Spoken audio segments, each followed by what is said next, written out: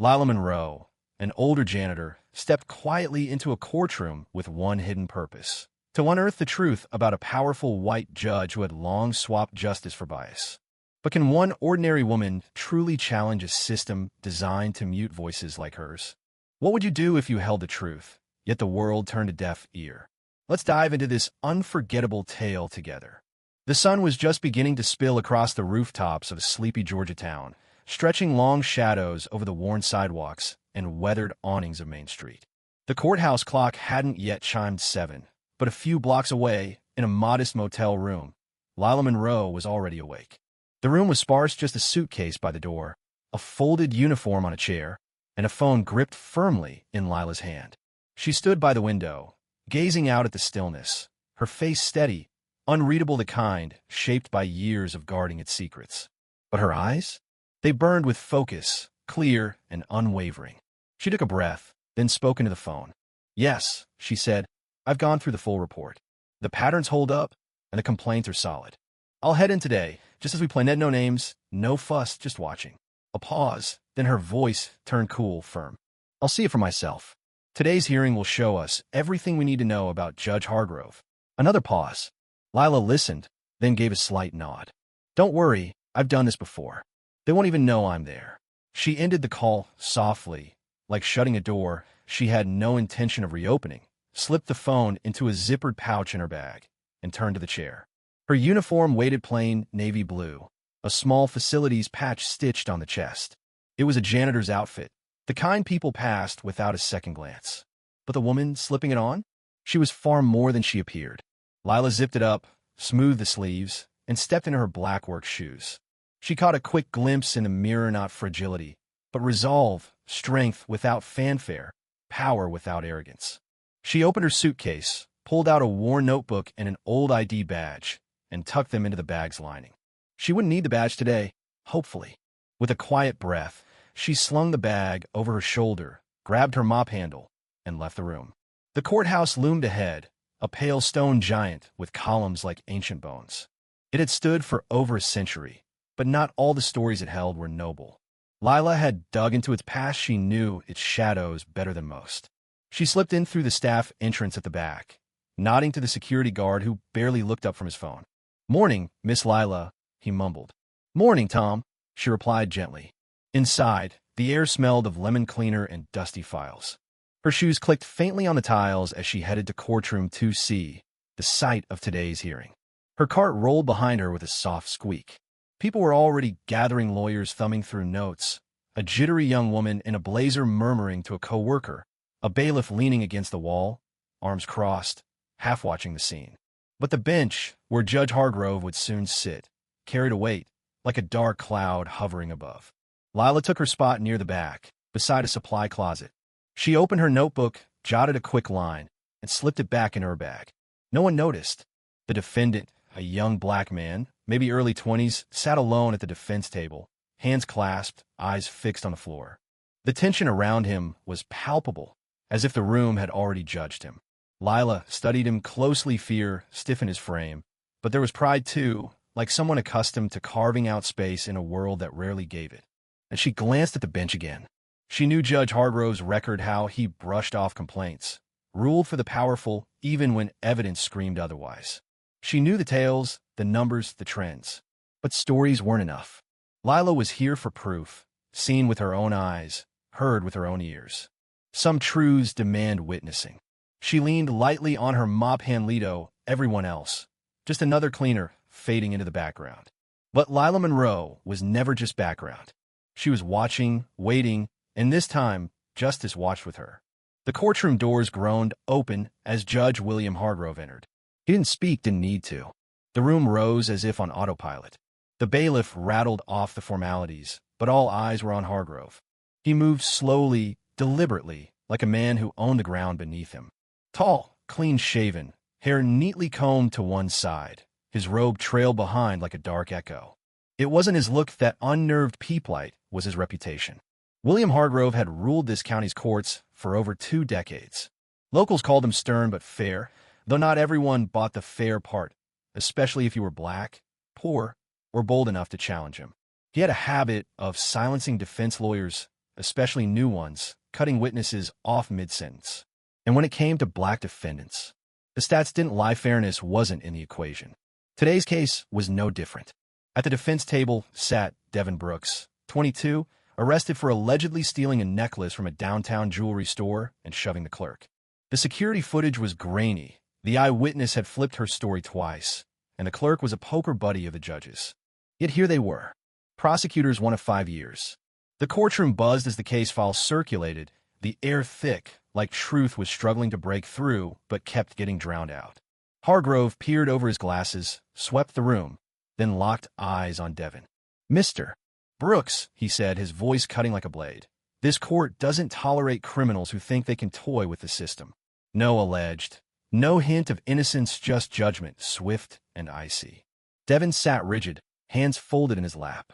His lawyer, Ethan Cole, a young public defender fresh from law school, looked tense. Lila, meanwhile, had shifted to a corner, mop bucket at her side, rag in hand. She moved slowly, intentionally, like someone who knew how to vanish in plain sight, dusting a bench here, wiping a window, but her eyes never left Hargrove. She tracked how he leaned in when the prosecutor spoke, how his jaw tightened at every word Ethan tried to get in. She scribbled a quick note in her notebook, hidden behind her cart. Hargrove glanced her way once, briefly, but like most, he didn't truly see her not as a threat, just another unseen figure doing unseen things. And Lila let him think that. As the prosecutor laid out the shaky evidence, Lila's focus didn't falter. She caught the holes in the story, the witness's hesitation, how Hargrove waved off Ethan's objections like he'd already decided. Something tightened in her chest. This wasn't a courtroom, it was a performance, the ending pre-written.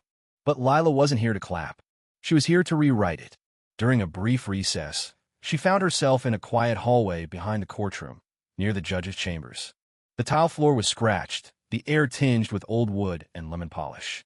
She was scrubbing a mark off the baseboard when voices drifted out. 2 men. One unmistakably Hargrove, his tone casual, cocky, like he'd forgotten he could be heard. "These kids," he said with a dry chuckle, "think they can waltz in here, cry race, and walk free. Back in my day, they wouldn't dare mouth off to a judge." The second voice belonged to District Attorney Paul Grayson, whom Lila had seen earlier. He laughed. "Well, your courtroom still runs the old way, William. That's what people like politics, muddying your rulings." "Damn right," Hargrove shot back. "Especially not when some loudmouth public defender wants to waste my time defending street garbage. That kid out there? Same as the last one, same attitude, same lies."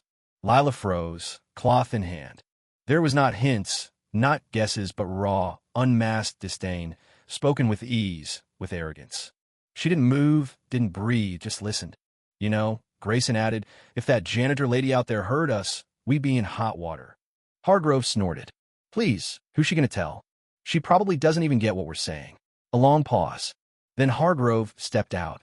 Lila had just started wiping the wall again, feigning focus, but it was too late. He stopped, eyes narrowing as they landed on her. "How long you been standing there?" he asked, voice sharp and taut. She turned, expression calm. "Just cleaning, sir, that's all." But she didn't waver. Her eyes met his, steady. He stepped closer, voice dropping. "Let me be clear what you think you heard. You didn't. And if you breathe a word to anyone, you'll regret it." He leaned in, words dripping venom. "You think people like you matter in this building? You don't. You're invisible. Stay that way." The hallway stilled, the fluorescent lights humming faintly. Lila said nothing for a beat, then, without breaking eye contact, folded her cloth, set it neatly on her cart, and straightened. Her voice, when it came, was soft but edged with iron. "Funny thing about people you call invisible, Judge, they tend to see everything." Hargrove blinked just once, subtle, but Lila caught it. She picked up her mop handle and turned away, pushing her cart down the hall like nothing had happened. But everything had. Now she knew, beyond rumor or doubt, the truth. The man behind the bench wasn't just prejudiced, was a threat. Back in the courtroom, the trial's next phase loomed. Hargrove re-entered minutes later, composed as ever, but Lila watched closely. His stride was a touch stiffer, his smile a bit too tight.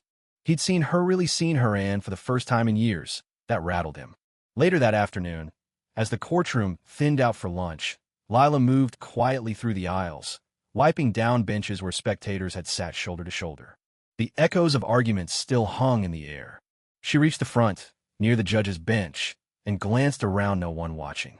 From her side pocket, she pulled a small, weathered leather notebook, simple, creased, with an elastic strap.